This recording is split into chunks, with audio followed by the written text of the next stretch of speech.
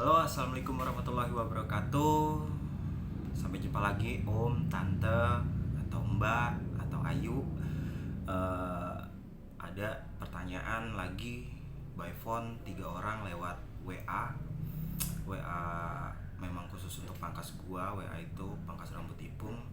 Jadi itu ada pertanyaan, kenapa sih Pung lu nolak anak kecil atau balita, nggak mau ngebotakin anak gua yang baru lahir atau umur 3 bulan. Jadi ini alasan saya tante. Jadi di sini bukan masalah duit atau cukuran yang bagus atau teknik pencukuran yang hebat. Jadi yang saya pengen jelasin di sini untuk keselamatan anak om atau tante. Jadi setiap alat cukur kita itu, makanya di sini pangkas rambut dewasa. Jadi khusus untuk orang-orang dewasa. Jadi nanti kalau untuk anak-anak kita usahain pangkas rambut ipung untuk balita plus anak-anak alatnya tersendiri, dan untuk dewasa itu alatnya tersendiri. Jadi nggak boleh alat anak-anak digabung sama alat-alat orang dewasa. Mungkin dari situ aja om sama tante udah paham resikonya apa, dampak negatifnya apa. Dan ada pertanyaan lagi, alah cuman motong doang sih Pung, kalau udah selesai kan kita tinggal mandi. Yang namanya bakteri atau virus tante atau om, itu nggak bisa kita prediksi kemampuannya dan kehebatan virus itu tersendiri. Wallahu alam, kita nggak tahu dia bisa bertahan di sabun itu berapa lama. Kadang-kadang kan kita sabunan udah kelihatan berbusa langsung kita siram, karena sabunan yang baik itu kita endapkan atau diamkan selama 5 menit baru dia bekerja dengan efisien dan benar-benar sesuai dengan kinerja sabun itu sendiri. Nah itu yang benar kan, tapi kita kebanyakan setelah sudah berbusa langsung kita siram lagi. Nah itu yang saya takutkan tante. Belum nanti virus-virus yang lain, bakteri jahat masa ada di anak tante atau balita bayi itu sendiri. Dan itu yang saya nggak mau, karena dampak negatifnya nanti saya nggak mau tiba-tiba kembali lagi didatengin, Pung anak saya kok bintik-bintik merah, itu kenapa? Itu penyebabnya bakteri tante. Makanya saya nggak mau nyukur anak-anak di bawah umur.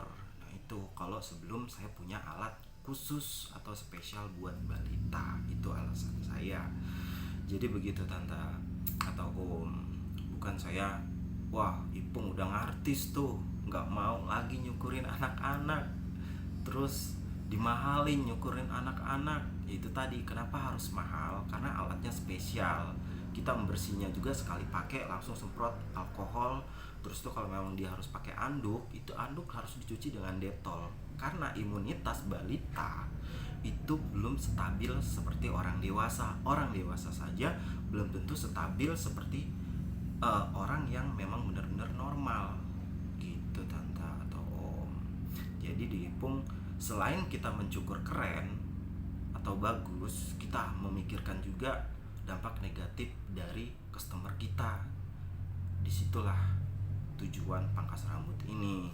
Jadi kita nggak mau asal jebret-jebret cukur-cukur gitu aja, terus itu kita nggak mikirin dampak negatifnya. Karena dampak negatifnya itu nggak langsung pas hari itu dia kumat, bisa jadi seminggu atau 3 hari kemudian baru dampak negatifnya itu nongol.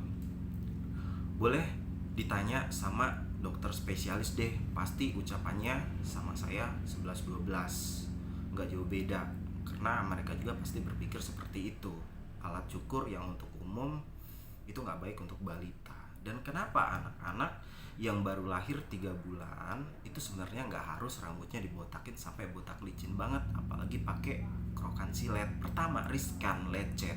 Iya kalau silet itu bersih atau baru nggak masalah sih kalau baru, cuman kan tetap kasihan kalau dia sampai lecet atau iritasi.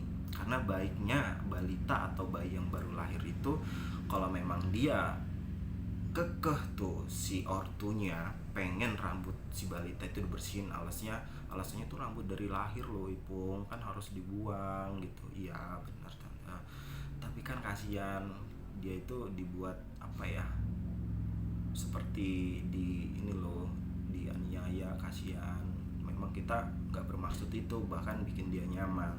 Tapi kalau memang kita kekeh untuk nipisin rambut si balita ini, jangan dibotak halusin, cukup di sisa 0,5 atau 10 33 mili dengan guard 1 atau sepatu nomor 1. Itu aja tante, jangan sampai botak licin banget, apalagi sampai kena silet.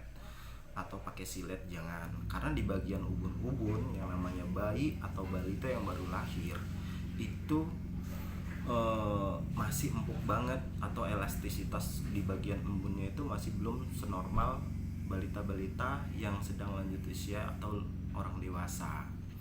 Dan kenapa rambut balita itu tipis itu tidak mempengaruhi ketika habis dicukur rambut dia nanti bakal tebel, itu masih mitos.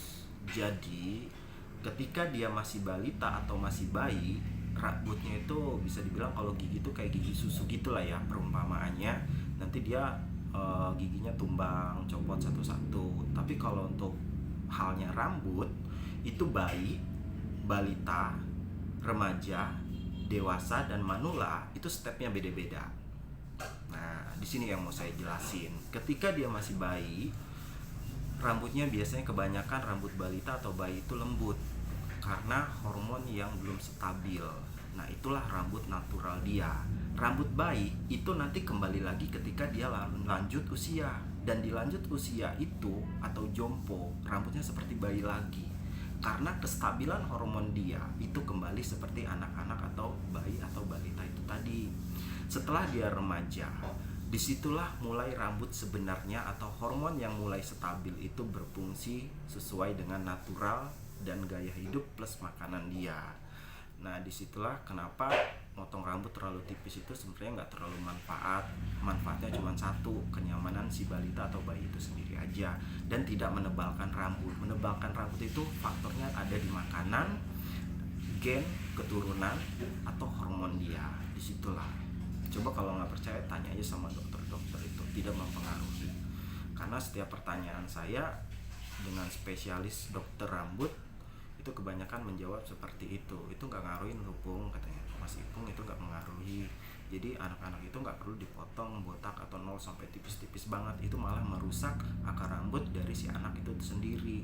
Iya, kalau mesinnya itu bersih. Itu penjelasan dari dokter-dokter spesialis tentang rambut.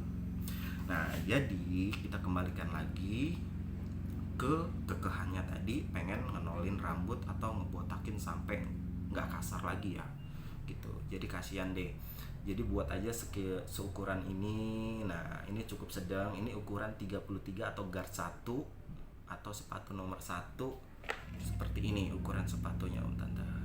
Nah, 33 mili.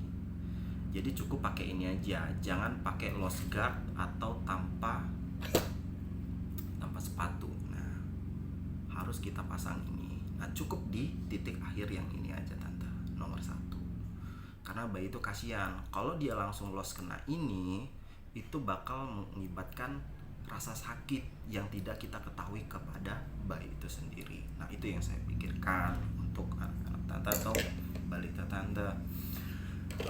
Itu yang saya tahu, bahwa ngebotakin rambut tidak berpengaruh untuk menebalkan rambut, karena itu berpengaruhnya di hormon dan gen. Nanti beranjak dia dewasa, umur makin bertambah, makin dewasanya si bayi atau balita ini, rambut itu akan mengalami stabilitas itu sendiri dan akan mengalami perubahan itu sendiri.